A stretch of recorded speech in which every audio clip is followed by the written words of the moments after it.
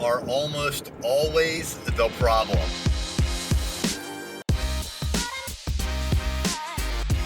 What's happening? I'm Erik J. Olson.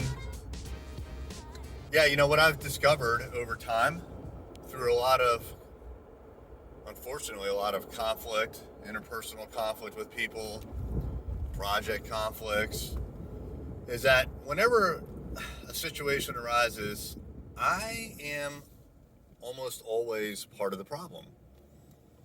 Now, I'm not saying that I am 100% of the problem, but there's certainly a part of my, whatever I'm doing that's contributing to the problem.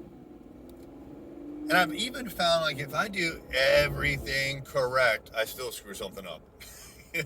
So it's almost impossible to do everything correctly. Here's an example of a problem. If you're watching this video, the sun's in my freaking eyes. I should have planned this better. This is part of this is my problem, right? I'm trying to multitask here by commuting to work and videotaping, and I should know that this intersection, when I'm facing in this direction to the east in the morning, is going to cause a problem for the video. I'm part of the problem. But that's not really what I'm talking about. What I'm talking about is more like interpersonal conflict. When you have some sort of a issue with someone, or really more along the lines of when they have an issue with you. Now, this happens, to all of us.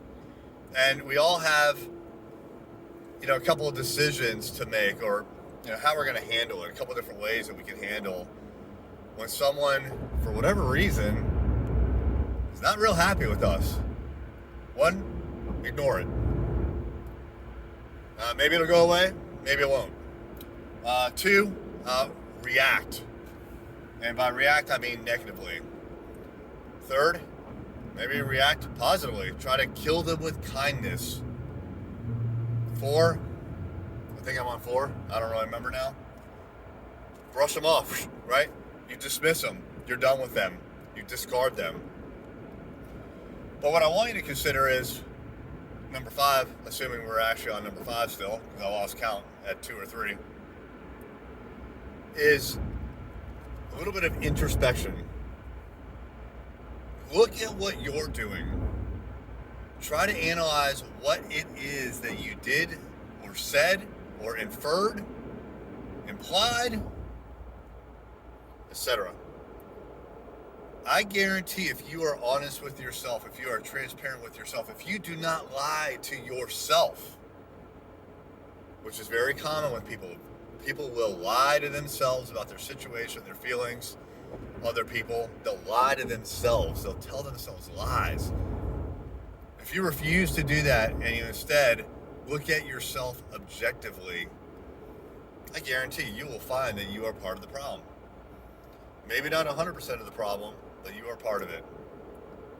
Now, knowing that you are part of the problem gives you incredible information, and it's incredibly powerful because now you know what you can do to make the situation better. You're no longer a victim. Take responsibility for your own actions. Figure out what it is that you're doing. Take responsibility for those things. And then figure out next, the next step is simple. What are you going to do about it? And I encourage you, especially when it comes to other people. And by the way, this is very easy to say and very hard to do, especially for me. I'm an alpha male. When it comes to the disc profile, I'm very high D. I just want to get shit done, and I will break through walls to get it done. In some cases. In other cases, I don't really care. But when I care about something, it's going to happen. And, it's very easy to just like dismiss it, break through people, make shit happen. But think about your part in the situation and whether you want to make that relationship better. Because if you do, it's very simple. First thing you need to do, address your behavior. Hey there, it's Erik J. Olson. I wanted to let you know about my book, $1 Million Journey, How to Launch a 7-Figure Business. This is the story of what it took for me to go from freelancer with no clients, no employees, no revenue, to growing $1 million business. It took me 8 years and I made a lot of mistakes, and all of those mistakes, and more importantly, lessons learned, are in this book. And we have chapter takeaways, 5 to 15 takeaways that you can apply right now to your business. Check it out on Amazon, $1 Million Journey by me, Erik J. Olson.